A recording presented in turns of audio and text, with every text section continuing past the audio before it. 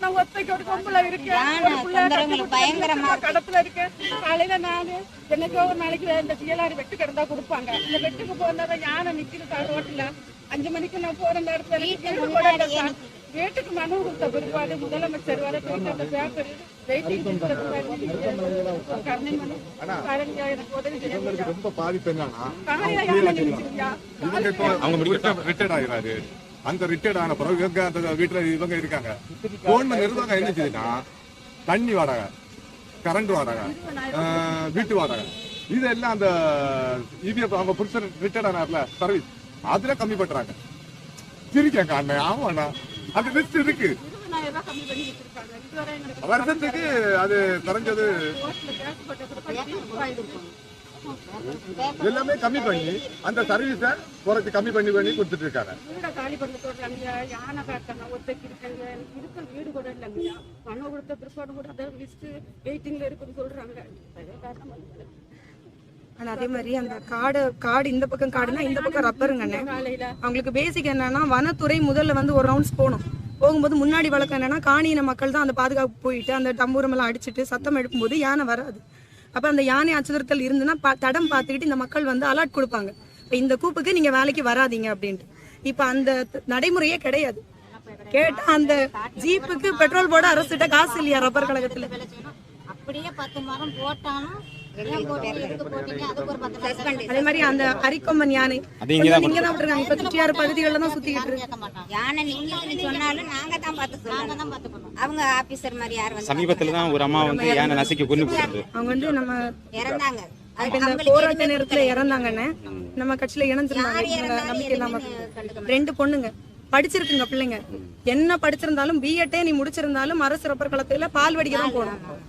அம்மா இங்க வேலை பார்ப்பாங்க. ஒரு டிகிரி முடிச்சிருக்காங்க, பிஎட் எல்லாம் முடிச்சு ஒரு ஆசிரியருக்கு தகுதி பெற்றவங்க. அவங்களுக்கு அரசு வேலை கொடுங்கன்னா இங்க பால் வெட்ட கொண்டு வருவாங்க. அப்ப அவங்களோட வாழ்க்கை தரம் என்ன உயரும்? அதே மாதிரி அரசு ரப்பர் பையன் கரண்ட் வேலை பார்த்தாங்க சார். பார்த்துட்டு இறந்து 1.5 வருஷம் ஆச்சு. அவனுக்கு எந்த ஒரு இது அவங்க 4:30 மணிக்கு டியூட்டி முடிஞ்சுன்னு சொல்லி எதுவுமே தரமாட்டேன்ட்டாங்க. கண்டுக்கவே இல்லை.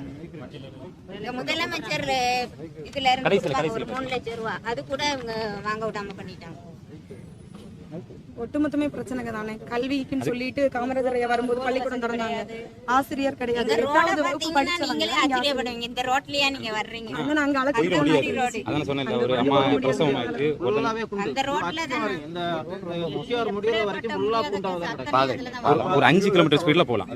5 கிலோமீட்டர் ஸ்பீட்ல. ஆமா. ஆனா அதே மாதிரி இப்போ பள்ளிக்கூடம் போயிட்டு மாணவிகள் வந்து இங்க பாதுகாப்பு இல்ல, படிப்பு கல்வி சரியா இல்லைன்னு வெளியே வந்து இங்க வந்து படிக்கிறாங்க. யானை நடுவுல நின்னுச்சுன்னா பஸ்ஸை நிறுத்தி போட்டுருவாங்க. பிள்ளைகள் வந்து அங்க போக முடியாது, வீடுகளுக்கு போக முடியாது, விட்டுட்டு இவங்க போயிருவாங்க. பிள்ளைகள் வந்து போறது வந்து உயிரிழப்பு. எங்கேயுமே மின்கம்பு வேலி அமைக்கல. சாதாரணமாகவே இப்ப காட்டெருமை இருக்கு, காட்டு பண்ணி இருக்கு, வீட்டுக்கு முன்னாடியே உள்ள யானை வீட்டுக்கு முன்னாடி வருது. எங்கேயுமே மின்கம்பு வேலைக்கு போயிட்டு வந்து பார்த்தோம்னா குரங்கு பானையவே தூக்கிட்டு போயிருது.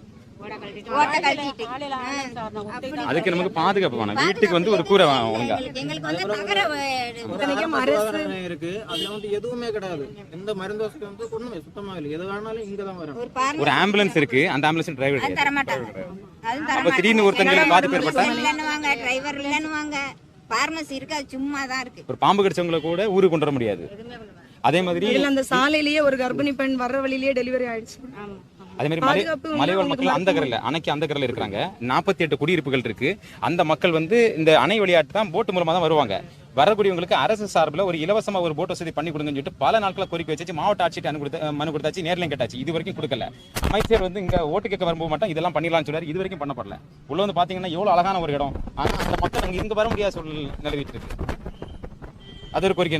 அதே மாதிரி அரசு ரப்பர் தோட்ட கழக தொழிலாளர்களை 900 சில்லற பேருக்கு வந்து அரசு பணி நிரந்தரம் பண்ணல. ஏறத்தாழ 15 ஆண்டுகளாக ஒப்பந்த பணியாளர் தான் இருந்துட்டு இருக்காங்க. அவங்களுக்கு வந்து ஒரு படியும் கிடையாது, அரசோட ஒரு சலுகையும் கிடையாது. நிரந்தர வேலை செய்யறவங்களுக்கு ஒண்ணும் சொல்ல போனா இவங்களோட குடியிருப்புகள் வந்து பாத்தீங்கன்னு வச்சுங்க, எனக்கு கணிப்புல சொல்றேன், எங்க வீடையும் அவங்களோட வீடையும் கணிக்கும் போது 100 ஆண்டுகால வித்தியாசம் இருக்கு. 100 ஆண்டுகால ஒரு வீட்டுல கூரை இருக்காது. எல்லா வீடுகளும் நான் போயிருக்கேன். அதாவது ஒரு கூரை இருக்காது, ஒரு அடுப்பு இருக்காது, ஒரு ஒண்ணுமே இருக்காது. அது எப்படிதான் வசிக்கிறாங்கன்னு கூட தெரியல. சுதந்திர இந்தியான்னு சுதந்திரமாயி 76 வருடம் எல்லாம் சொல்றாங்க. 80 வருஷமா இதுக்கு பக்கத்துல மலைவாழ் மக்கள் ஆமா. ஆனா இங்க அன்புநகர்னு ஒரு பகுதி இருக்கான்னா, அன்புநகர்ல ஒரு குடியிருப்பு கொடுத்துருக்காங்க. அந்த குடியிருப்பை தகவல் தொடர்பு இதுவும் கிடையாது, நெட்வொர்க் வேலை செய்யாது. உள்ள வந்து ஒரு ஆரம்ப சுகாதார நிலையமோ, ஒரு ஒரு படிப்பகமோ, ஒரு வாகன வசதியோ, ஒரு ரேஷன் கடையோ ஒண்ணுமே கிடையாது. ஒரு தீவு மாதிரி இருக்கு. அந்த ரோடுக்கு மட்டும் காசு போட்டு அதையும் ஆட்டே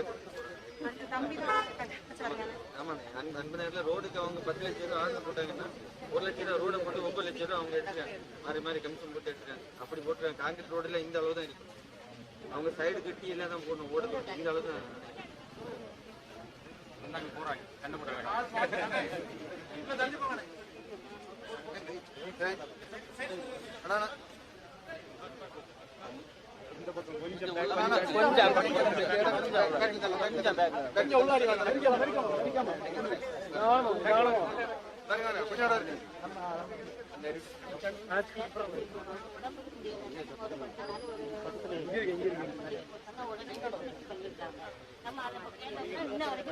மெடிக்கல் லீவ் கிடையாதாமா? வெளியில ரொம்ப சீரியஸ் ஆகி என் வீட்டுக்காரர் தான் நான் வெளியில தான் வச்சிருந்தேன். அப்ப நமக்கு நம்ம படிப்பறிவும் இல்லை, ஒன்றும் இல்லை, எழுதவும் தெரியாது. அதனால நான் வந்துதான் சர்டிஃபிகேட் வாங்கி வேலைக்கு சேருவேன். ஆனா அந்த வரலன்னு சொல்லி எனக்கு டிஸ்மிஸ் பண்ணியிருக்கோம். 1 வருஷமா நானும் கேட்டு இன்ன வரைக்கும் கிடைக்க மாட்டேங்குது. சரிம்மா, அந்த கோரிக்கையை வந்து சகில்னு ஒரு தம்பி இருக்கான், அவன்கிட்ட வந்து எழுப்புங்க. நாங்கள் மாவட்ட ஆட்சியத்தை கொடுத்து அதை வாங்கி தரதுக்கான நாங்கள் போராடி வாங்கி தரதுக்கான ஏற்பாடு நாங்கள் பண்ணுறோம். சரியா? உறுதி பண்ண 5வது வார்டு அந்த போராட்டம் முடிஞ்சிருச்சு. போராட்டத்துல நின்ன கீரிப்பாறை கன்னியாகுமரி தொகுதி, ஏன்னா அது 3 தொகுதி வரும். விளவங்கோடு வரும், நமக்கு பத்மநாபுரம் வரும், கன்னியாகுமரி தொகுதி வரும். 3 தொகுதியில கன்னியாகுமரி தொகுதியில 21 பேர் சஸ்பென்ஷன் முடிச்சு 2 மாசம் வேலை கிடையாது. திரும்ப நம்ம போய் பேசி அங்க இருக்கக்கூடிய டிவிஷனல் மேனேஜர் சண்டை போட்டு அதுக்கப்புறம் அவங்க அதிகாரிகளுக்குமே என்னன்னா மக்களுக்கு செலவு பண்ண வேண்டிய காசு அதை அவங்க எப்படி செலவெடுக்கலாம். ஏன்னா இதுல சுற்றுலாத்துறை அமைச்சருக்கு முழு பங்கு இருக்கு. அமைச்சருக்கு முதல் பேட்டி போகுதுங்கிறாங்க. மக்கள் போராட்டம் நடக்குது, ஓப்பன் வேல கார்லயே 2.5 கோடியை 2 நாளா எடுத்துட்டு போயிருக்காங்க. இதே கோதையாறு டிவிஷன்ல அந்த காசு இருந்துருக்கு. அங்க இருக்கக்கூடிய ரேஞ்சர் வந்து தகவலை தர்றாங்க. கம்யூனிஸ்ட் வேலைங்களுக்கு அந்த தொழிற்சங்கம் தானே கட்டமைச்சிருக்காங்கன்னு சொல்லிட்டு தகவல் கொடுத்து போகவே இல்லைங்க. அதிகாரிகளே தகவல் தர்றாங்க, இந்த மாதிரி ஒரு அநியாயம் நடக்குதுங்க, நீங்க போய் கேளுங்கன்னு சொன்னா காவல்துறையும் தலையிடல, உணவுத்துறையும் தலையிடல, வழிவிட்டு அவங்களுக்கு காசு நிரம்பமா கொண்டு போயிருங்க. வீடியோ ஆதாரமே இருக்கு. அவர் வந்து ஊழல் பண்ணியிருக்காங்க ஆதாரம் அது அத்தனையுமே இந்த மக்களுடைய மேம்பாட்டு அதுல வரக்கூடிய வரலாறு என்னென்ன தேவையோ சம்பளத்திலிருந்து எல்லாமே அவங்க நிறைவேற்றாங்க. அது மொத்தமாவே அதிகாரிகள் கையில தானே இருக்கு. இவங்க வந்து ஒரு 3ஆம் தர குடிமக்கள் மாதிரி நடத்துறது. இந்த பாரத் அதிகாரிகள் இருக்காங்கல்ல, இவங்க என்ன பண்ணாங்க தெரியுமா? அவங்க நேரம் பேசி ஏதாவது ஒரு வழக்கத்தை போட்டு உள்ள போட்டுறது. எதிர்த்து கட்டாச்சுன்னா நாயை சவுதி எலும்பு ஓடிச்சு. இந்த வேலையை பண்ணிட்டு இருக்காங்க. மக்கள் வந்து அங்க மாவட்ட ஆட்சியர் அலுவலகம் முன்னாடி போராட்டம் பண்ணாங்க. அப்ப நாம் தமிழர் கட்சி மட்டும்தான் அவங்களுக்கு ஆதரவு, எல்லாரும் ஒட்டுமொத்தம் வந்து நிற்போம் அப்படின்னு சொல்லிட்டு நம்ம அவங்களுக்கு உறுதி கொடுத்துருக்கோம். அதுக்கப்புறம் யாராவது அவங்க தொட்டாங்கன்னா சொல்லுங்க, தேவையற்று அப்படின்னாலும் தேவையா இருந்தா கூட முறையா வழக்கு தொடுத்து அவங்க ஒரு தப்பு பண்ணியிருந்தாலும் நடவடிக்கை எடுங்க. ஆனா வந்து இந்த 3ஆம் தர குடிமக்கள் மாதிரி நடத்துறதுக்கு யாரும் உரிமை கிடையாது. இது ஏன் மக்கள் அந்த உறுதியை நம்ம கொடுத்துருக்கோம். இந்த இடத்துல அதே உறுதியை நாங்க திரும்ப கொடுக்குறோம். சரியாம்மா? அப்படி ஏதாவது உண்டுனா இங்க நம்ம எண்கள் இருக்குல்ல, தொடர்பு என்னதான் இருக்கு நம்ம அலுவலகம், நம்ம கட்சி அலுவலகம். நேரம் வந்து அதுல ஒரு புகார் புகாரா சொல்லிருங்க உடனே. சரியா? இவங்க கிட்ட கொண்டு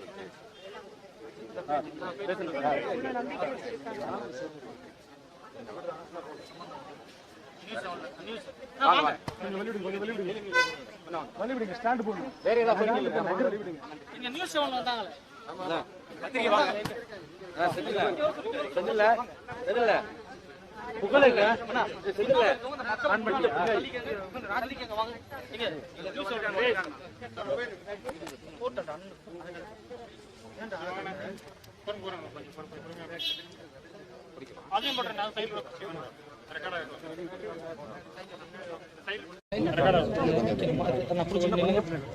பின்னால மக்களை விடுங்க, வாங்க முன்னால வாங்க, அவங்கள மட்டும் வர இப்படி வாங்க, நீங்க மாவட்டம் அந்த மக்களை வர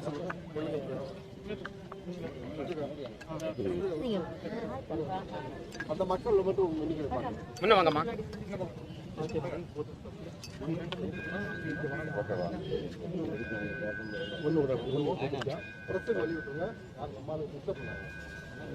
வெண்ணாலா மாவட்டத்தில் சுற்றுப்பயணம் மேற்கொள்றீங்க, மக்களின் மனநிலை எப்படி இருக்கு? மனநிலை இப்போ கொதிநிலையாக இருக்குது. முடிட்டு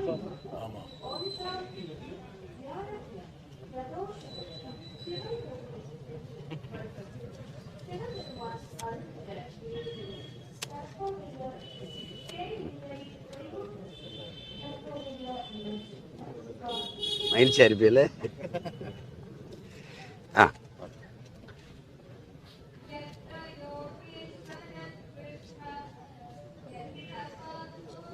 அது பரவாயில்லையா? எவ்வளோ நேரம் போகும்?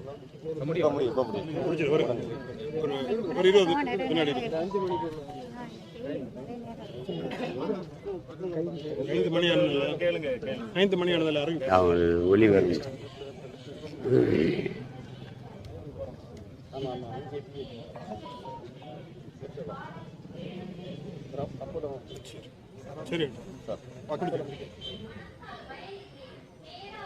விடுறதா இல்லை அவங்க.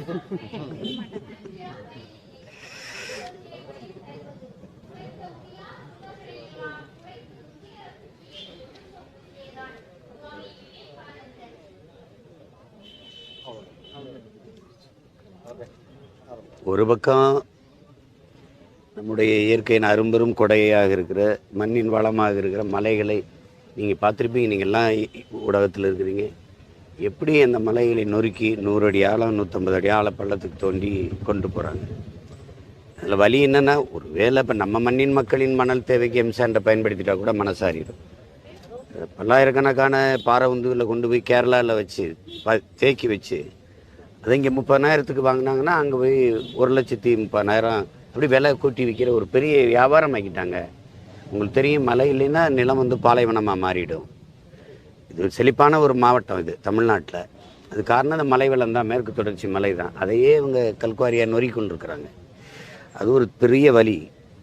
அதுக்கப்புறம் பார்த்திங்கன்னா, அது காடுகளில் வாழுகிற நம்ம பழங்குடி மக்கள். இப்போ இதில் அரசு ரப்பர் தோட்ட தொழிலாளர்கள் தான் இவங்க எல்லாம் பின்னாடி நிற்கிறவங்க. இவ்வளோ நேரம் அவங்க படுற துயரத்தை சொல்லிட்டு இருக்காங்க. ரொம்ப குறைஞ்ச அளவு ஊதியம், அப்புறம் குடியிருப்பு கொடுக்குறது. அது ஒன்றும் பெரிய மாளிகை ஒன்றும் கிடையாது, இப்போ குவார்டர் செலவு கூட கிடையாது. ஒரு வீடு அது 58 வருஷம் பணி செஞ்சு அது ஓய்வு பெற்றுட்டு அந்த வீடை திருப்பி ஒப்படைக்கணும் உடனே. அது பணி ஓய்வு வரும்போது அதுக்கு மின் கட்டணம், அது கொடுத்த நீர் இணைப்பு, எல்லாத்துக்குமான கட்டணத்தை எடுத்துக்கிறது. இதெல்லாம் ரொம்ப கொடுமை. அவங்க சொல்கிறாங்க 40 ரூபா இதுக்கு ஊதிய உயர்வுக்கு 1 மாதத்துக்கு மேலே போராடணுன்றாங்க. அதில் அந்த அம்மாலாம் எங்கள் அந்த அம்மா இந்த இருக்காங்க பாருங்கள். இவங்க வந்து கணவருக்கு முடியலன்னு மருத்துவ வெளியில், இங்கே மருத்துவமனை இல்லை, ஆரம்ப சுகாதாரம் இல்லை, உடம்பு முடியலன்னு எடுத்துகிட்டு போகிறதுக்கு ஒரு அவசர ஊர்தி இல்லை. இப்போ அந்த பக்கம் இருக்கிறவங்க படகுல தான் வரணும், படகும் இல்லை. அப்படியே அவசர ஊர்தி இருந்தாலும் அங்கே அந்த ஒரு சாலை சரியில்லை, ஓட்டுநர் இல்லைன்னு வருது. இந்த மாதிரி ரொம்ப அடிப்படை வசதி இல்லாத இந்த மக்களை வெறும் ஓட்டாக மட்டும் பார்த்து ஒரு உயிராக கூட மதிக்காத நிலைமை. அப்போ அந்த அம்மா என்ன சொல்கிறாங்க, என் கணவரை வந்து வெளியில் தான் வச்சு மருத்துவம் பார்த்தா அப்போ கொஞ்சம் விடுப்பு எடுக்க வேண்டியதாகிடுச்சு.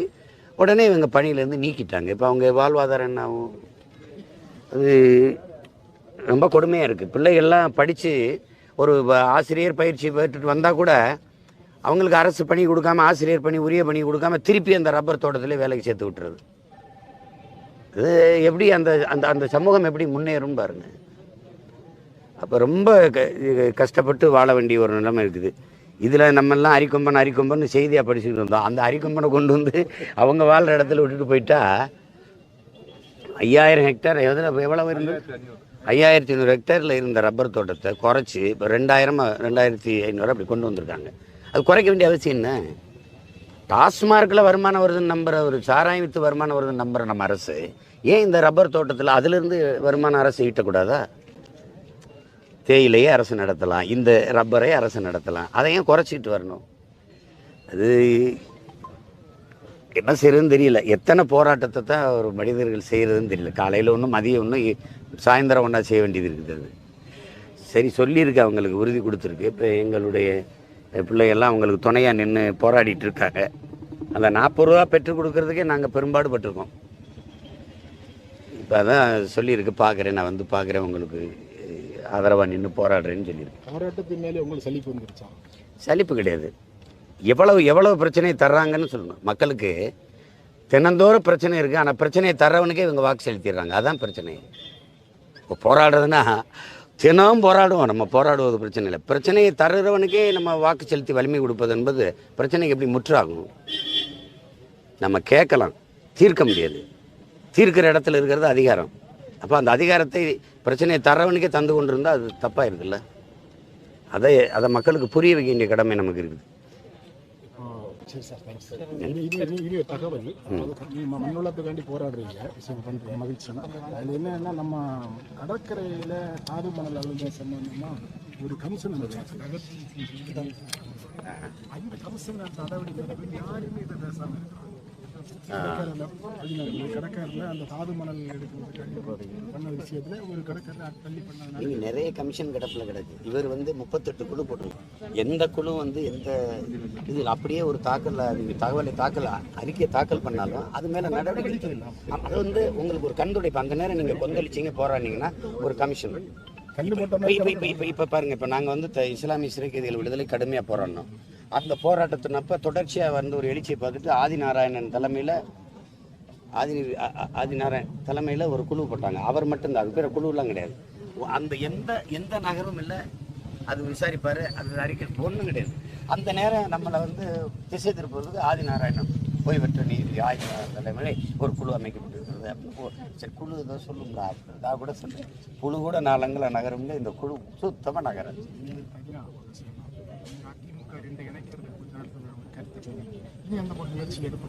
அது அவர் சரியா வரல, அது அம்மாவே தெரியும், அவங்களுக்கு தெரியும், அவர் ஒத்துக்க மாட்டார் தம்பின்னு.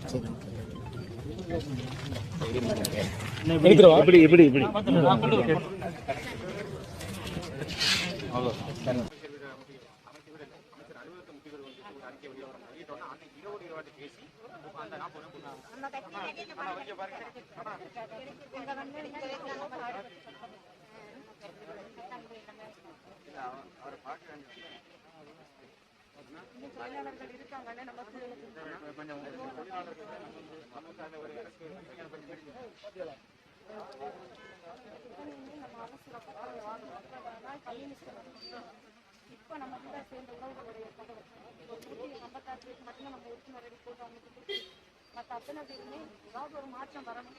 நம்ம வந்தோம்னா அவங்களுக்கான ஒரு தீர்வு கிடைக்கிற நம்பிக்கையோட தான் இருக்கிறாங்க. அவங்க வேலைகள் இருக்கனால இவங்க விடுமுறை போட்டுட்டு வந்து இருக்கிறாங்க. இன்னும் பாதி பேர் வறுமையினால அங்கே வேலையில் இருக்காங்க. இவருக்கு எதிராக நாம் தமிழர் கட்சி இணைஞ்சிட்டார் அப்படிங்கிற காரணத்துக்காக இவரு மேல பயங்கர வழக்கு தாக்கத்தில் இருக்கிறாங்க.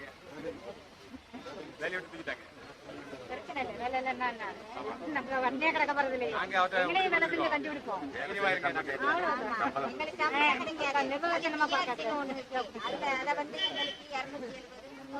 இப்படி போட்டு அதை சம்பளத்தை போட்டா அவங்க சுத்த வேண்டிய சம்பளம் அப்படி கொண்டு வந்துருவாங்க.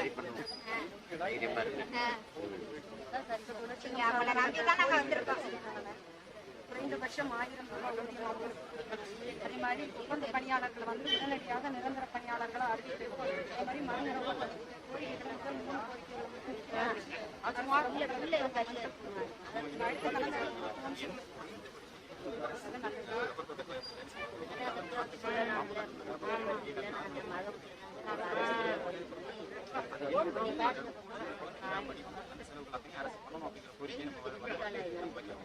சம்பளத்தை வச்சுதான் பிள்ளைகளை படிக்க வைக்கணும்.